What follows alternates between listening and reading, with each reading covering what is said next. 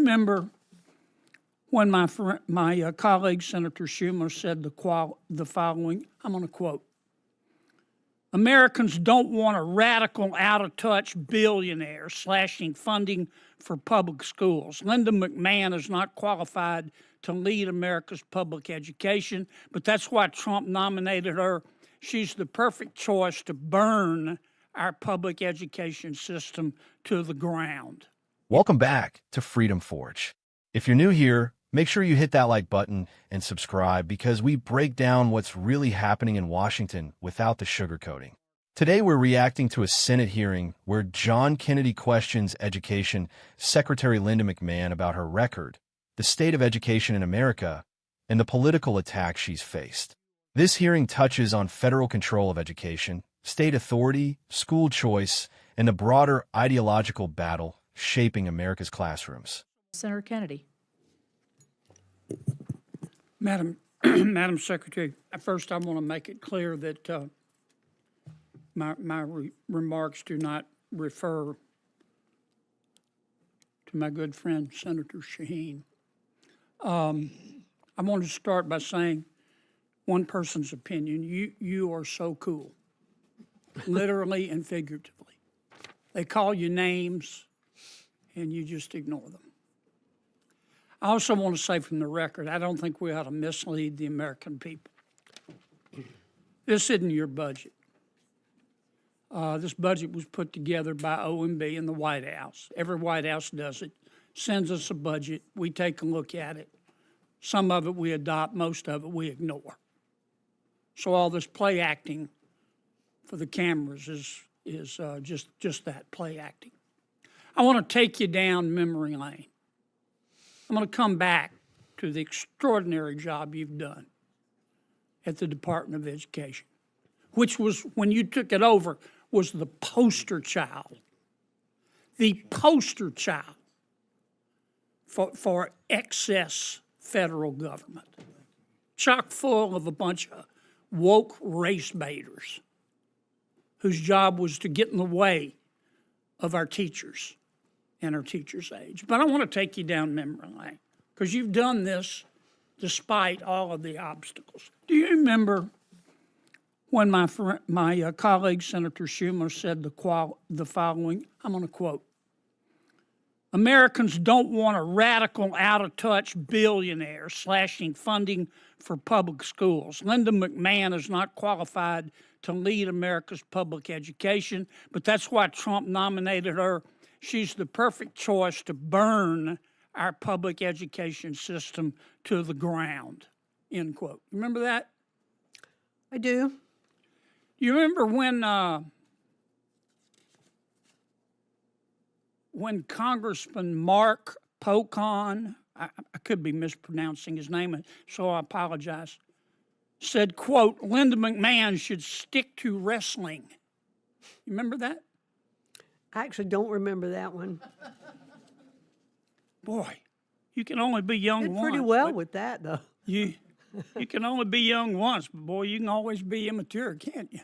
Do you remember when The Nation magazine, very, very democratic magazine, published an article entitled Linda McMahon's only qualification as education secretary is a history of spreading hate? And this is what they said. Quote, she is 76 years old and wants her legacy to be turning the bigotry that made her so obscenely rich into public policy. She's a simpleton. My God. I want you to spend, I want extra time, Madam Chair. Everybody else has gotten it. I have been so impressed with the work that you have done in lifting up elementary and secondary education and trying to whittle down that giant rogue beast that we call the Department of Education, the work you've done on school choice and returning authority back to the states and local government and fighting anti-Semitism and fighting for women's sports. In a couple of minutes, tell me about your accomplishments. I know you can't do it in 2 minutes. Well, thank you very much. And I'm glad I really don't remember a lot of those quotes. Oh, there's more. But They hit you with everything but a chair. It's disgusting. well, I can tell you what I believe we've accomplished a lot.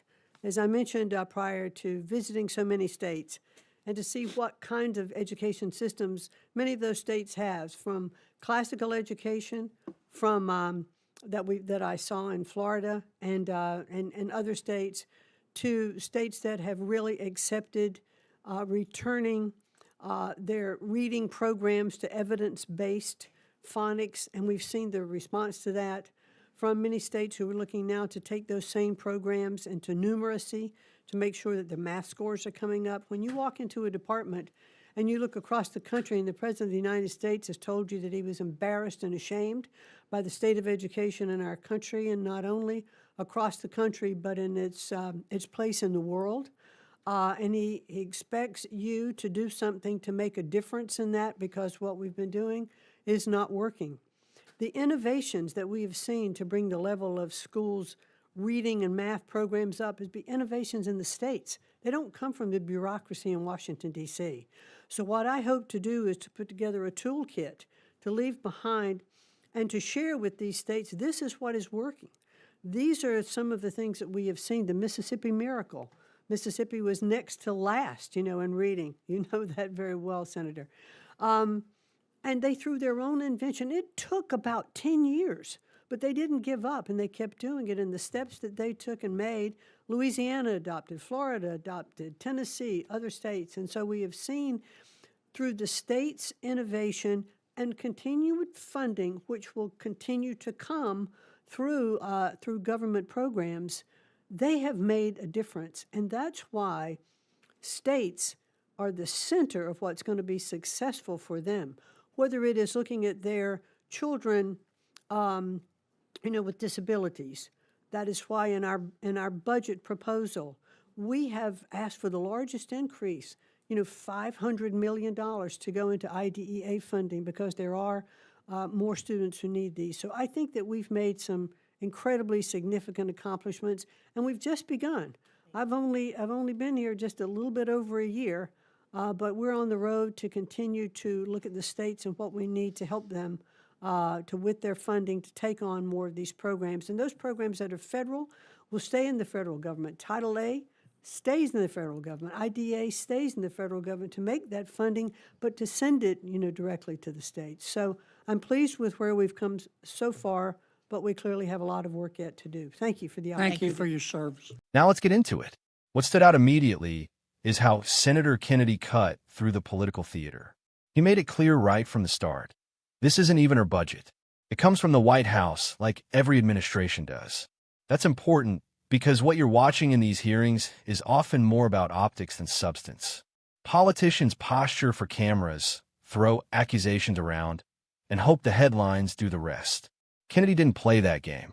Instead, he took everyone down memory lane and reminded the room of the kind of attacks McMahon faced when she was nominated. We're talking about statements from figures like Chuck Schumer claiming she would destroy public education and critics dismissing her qualifications outright. The media piled on too, portraying her in the worst possible light. Here's the thing. Whether you agree with McMahon or not, that kind of rhetoric is not about debate. It's about delegitimizing someone before they even step into the role. And Kennedy's point was simple. Despite all of that, she got in, and she started working. From a conservative perspective, this is where the conversation gets real. McMahon described the Department of Education as bloated and overly bureaucratic. That's not a new argument, but it's one that resonates with a lot of Americans who feel decisions about their kids' education shouldn't be made by distant officials in Washington. She emphasized something crucial. Innovation is coming from the states, not the federal government. She pointed to what's often called the Mississippi Miracle, where long-term commitment to phonics-based reading programs dramatically improved literacy rates. Other states like Florida and Tennessee followed similar paths. That's a powerful argument for decentralization. Instead of a one-size-fits-all federal system, states experiment, succeed, fail, adjust, and improve. That's how real progress happens. And let's be honest, If the federal system was working perfectly, we wouldn't be having this conversation. The United States has struggled with declining test scores, especially in reading and math. That's not political spin, that's reality. McMahon also talked about shifting funding directly to states and focusing federal involvement where it truly matters, like supporting students with disabilities through programs like IDEA. That's a more targeted approach rather than a top-heavy bureaucracy trying to micromanage everything. Now, from a right-leaning viewpoint, this aligns with a broader philosophy. Government should empower, not control. The closer decision-making is to parents, teachers, and local communities, the better the outcomes tend to be. But let's not ignore the other side entirely. Critics worry that reducing federal oversight could lead to inequality between states or underfunded schools in certain areas. That's a fair concern, and it deserves to be addressed seriously, not dismissed. Still, what you're seeing in this hearing is a clear ideological divide. On one side, a belief in centralized control and federal standards. On the other, a push for local control, school choice, and competition as a driver of improvement. And Kennedy's tone throughout this exchange, it wasn't just supportive. It was a direct challenge to the narrative that McMahon was unqualified or ineffective. He highlighted her resilience and framed her work as cutting through a system that he described as out of control. That's where the politics gets interesting, because this isn't just about education policy. It's about the direction of the country. Do we double down on federal authority, or do we return power to states and communities? From where I'm sitting, there's a strong case that the current system isn't delivering the results Americans expect. And when something isn't working, you don't just defend it, you rethink it. That's what this hearing was really about. If you made it this far, you already know this channel doesn't just repeat headlines. We break things down so you can think for yourself. Drop your thoughts in the comments. Do you think education should be controlled more at the federal level, or should states take the lead? And don't forget to like and subscribe to Freedom Forge.